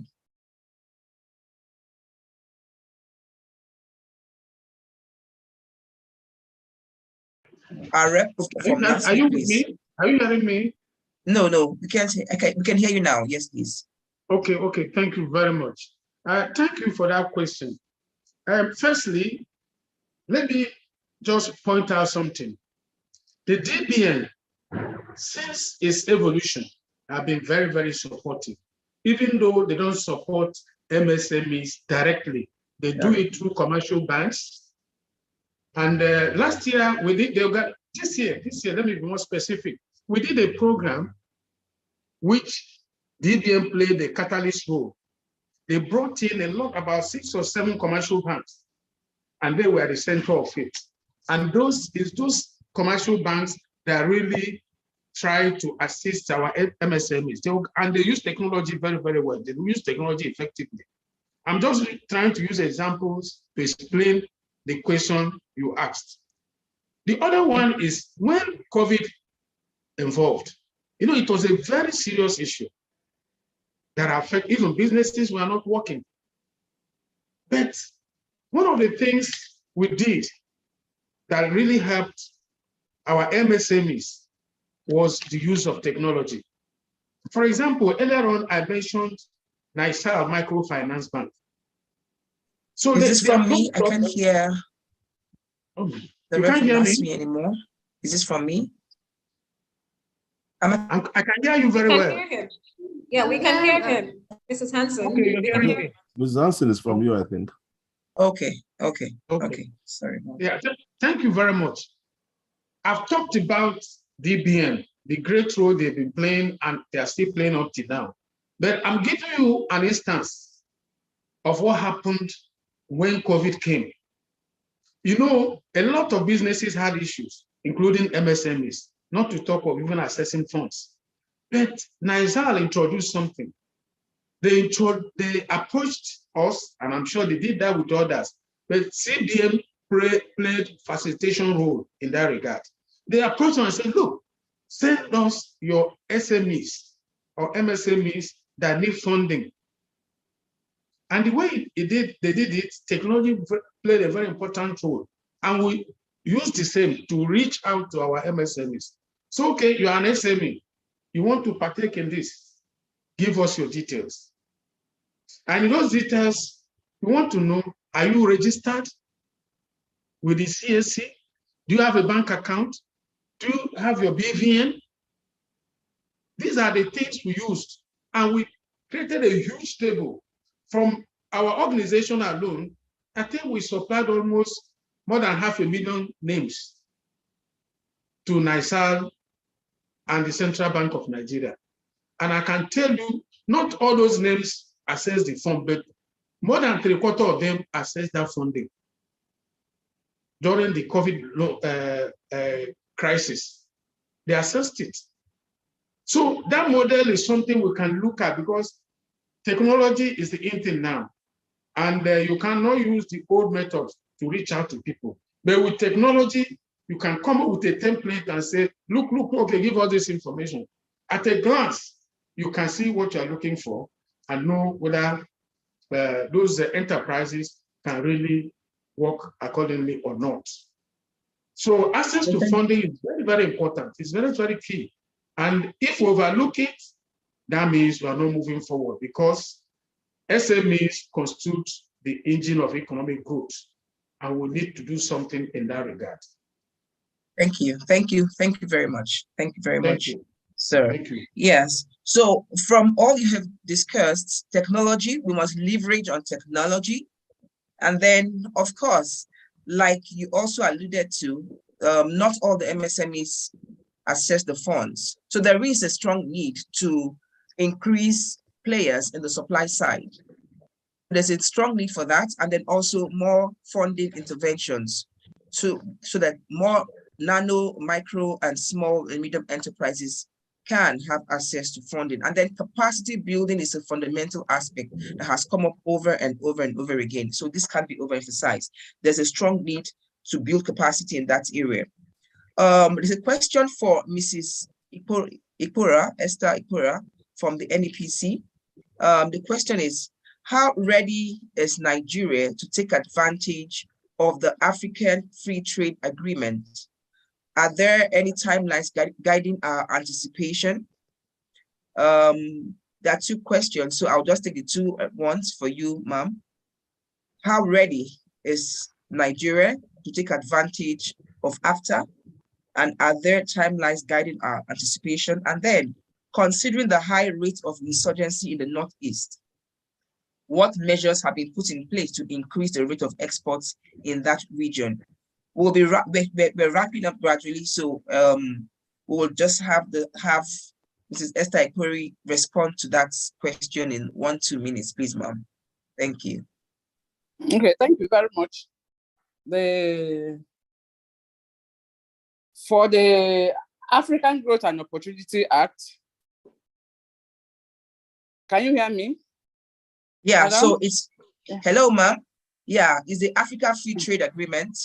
Sorry, African Free Trade Agreement. For the Yes, African AFTA, we are still sensitizing. I think most of our exporters are ready to take advantage of activities in that market. They are very, very ready to penetrate that market. And some products have already equally been positioned. And that is why we are making efforts, frantic efforts to establish these export trade houses, because it's going to help us a lot to gain a large share of the market in AFTA. So I think some exporters, their products are already on display in the trade houses that are already set up in Africa, in Cairo and in Kenya and in Lomé. So we are trying to, it's having AFTA in mind that the NEPC came up with that initiative to be sure that we take advantage of that market. Then for the insurgency in the north, we have established working with the state governments. We have identified our border posts and our border markets, and we have equally set up these domestic export warehouses. Some of them are in those areas, so that our exporters will not go to begin to source products in the hinterlands because of the insurgency. They can always go to the border markets and purchase whatever they want to purchase instead of going around. So we have identified 48 border markets for them and some transit points for them to be able to access easily these products from those places because of the insurgency that is affecting everybody. And we hope and pray that it will, because it's already affecting our export markets. Some of these products are there. People can no longer go to the farm gates to purchase. So it's a lot of issues for us. So the border markets that has been established are equally helping, because these products are brought to the border markets and people buy from the border markets. Thank you. Okay, thank you. Thank you. So as we wrap up, and before Mr. Adenike Adeyemi takes the closing remark, I would want to thank our distinguished panelists for the insights you shared.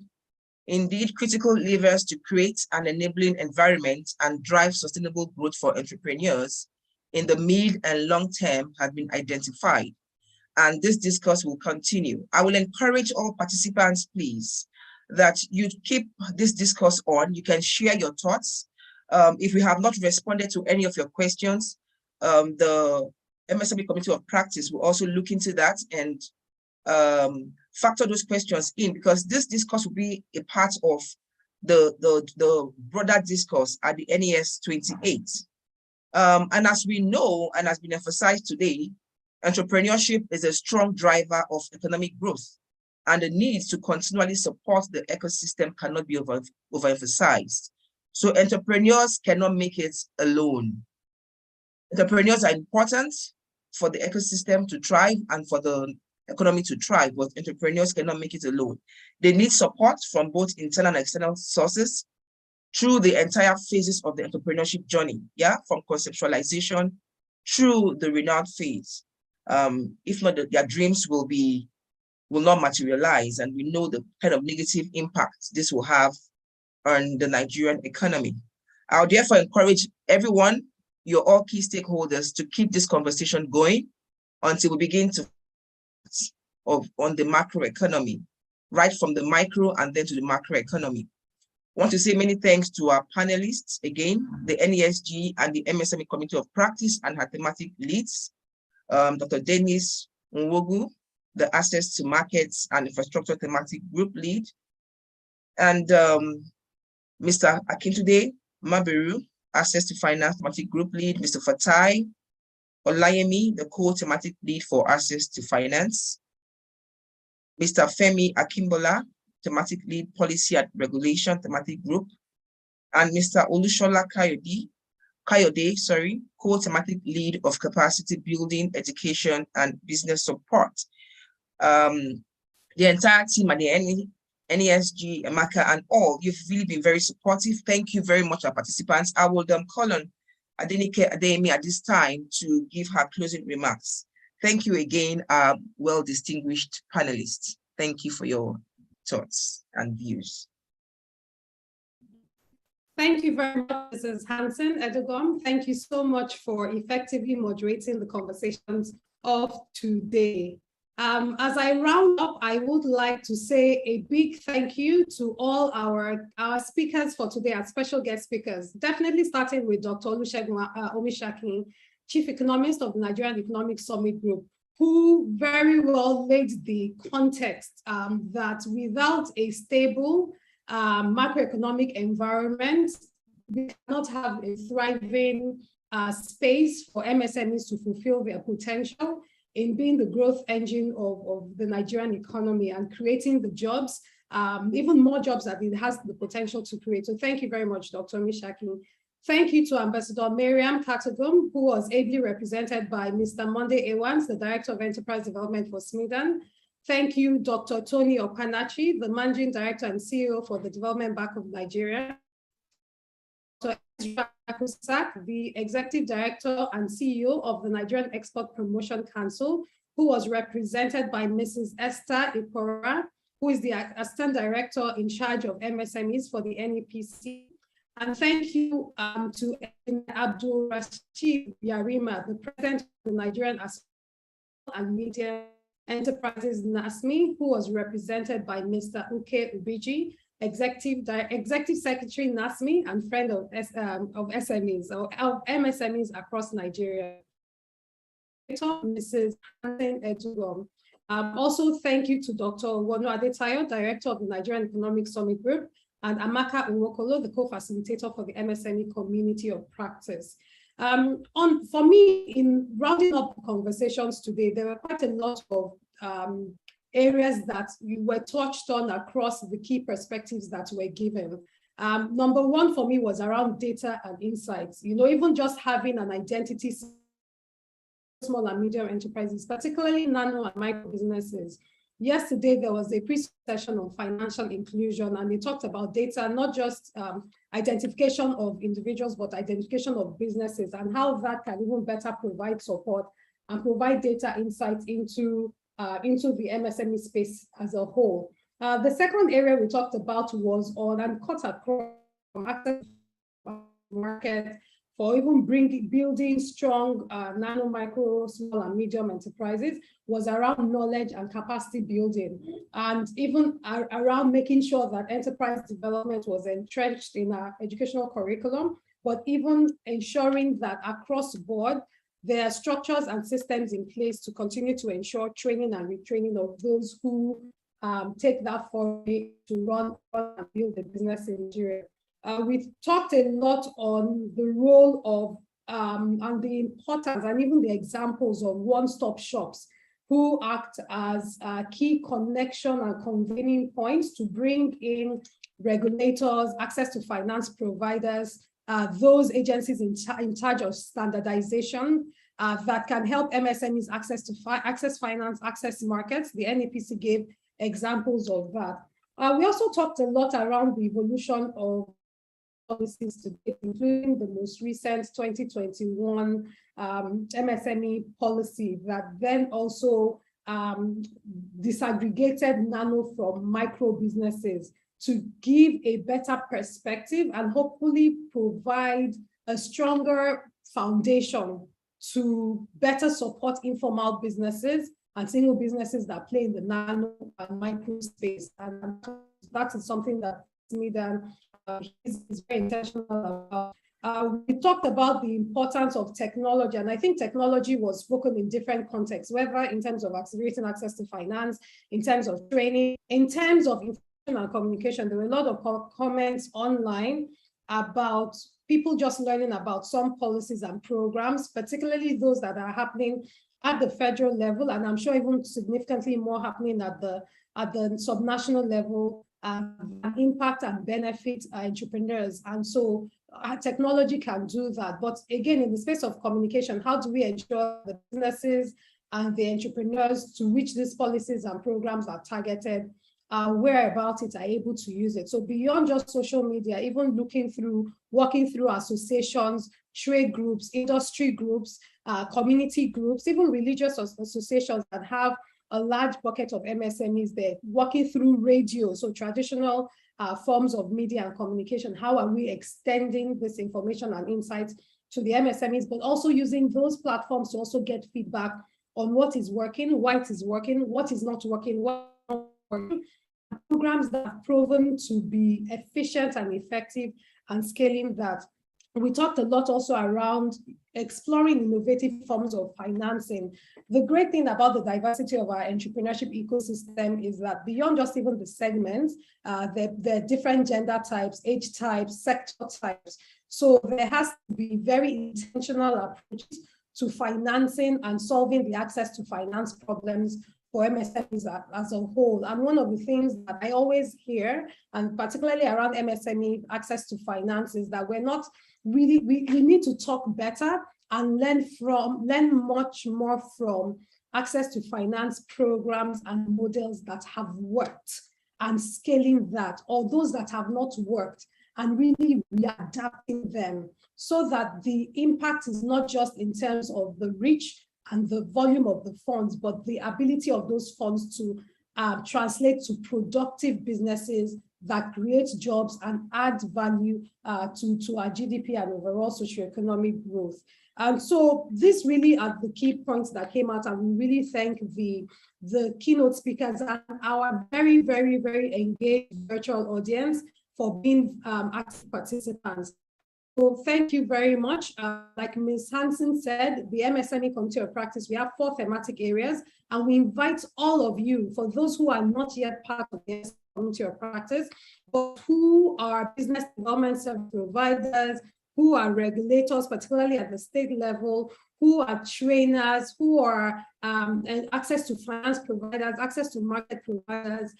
For those who are doing anything within the MSME space, we really invite you to be part of the MSME Community of Practice. We will take the insights you shared here and as we develop the white paper for the MSME policy space, and that will be communicated and circulated once that is launched.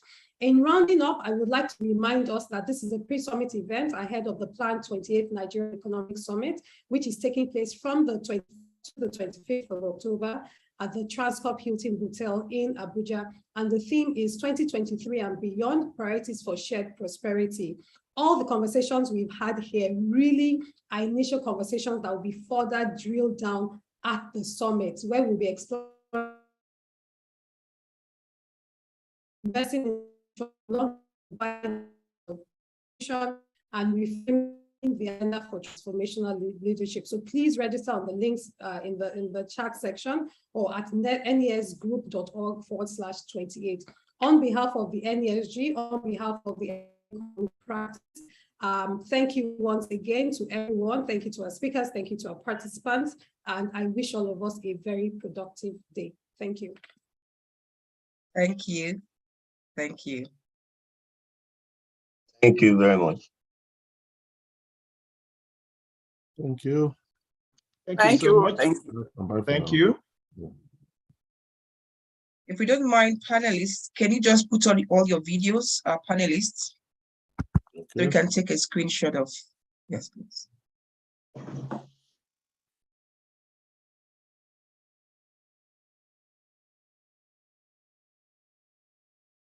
You have a beautiful picture there already? Yes, please. Okay. You have a good smile on. Okay. Engineer Remark, please can you just put on your video? Mr. Obiji. Mr. Ibeju, yes, please. Thank you. Mr. Obiji, you can turn your video so that we can see your head properly. Fantastic. It's been a while since we faced. There's a shadow on it now. Somebody's hand or something. Okay, beautiful. All right. Thank you. Let's have this group picture together. Yes. Yeah. Thank you very much, everyone. Yes. Do have a wonderful day. Yeah. Thank you. Bye for now. Thank you very much. Thank you. Bye. Yeah. Thank you. Thank you so much. Thank you, Mrs. Bye. Thank you. Thank you. Thank you. Thank you. Thank you very much. You are excused now. Thank you very much. Okay. Let's say thank you so much. Thank you. You took me, called me. I was asking for keynote address. Which keynote address? Since she's presenting ED, normally they send keynote address from the headquarters when they have to present ED at any function. So she should hold on, let me discuss with my unit head. They didn't mention anything about keynote address in the letter. They didn't mention keynote address.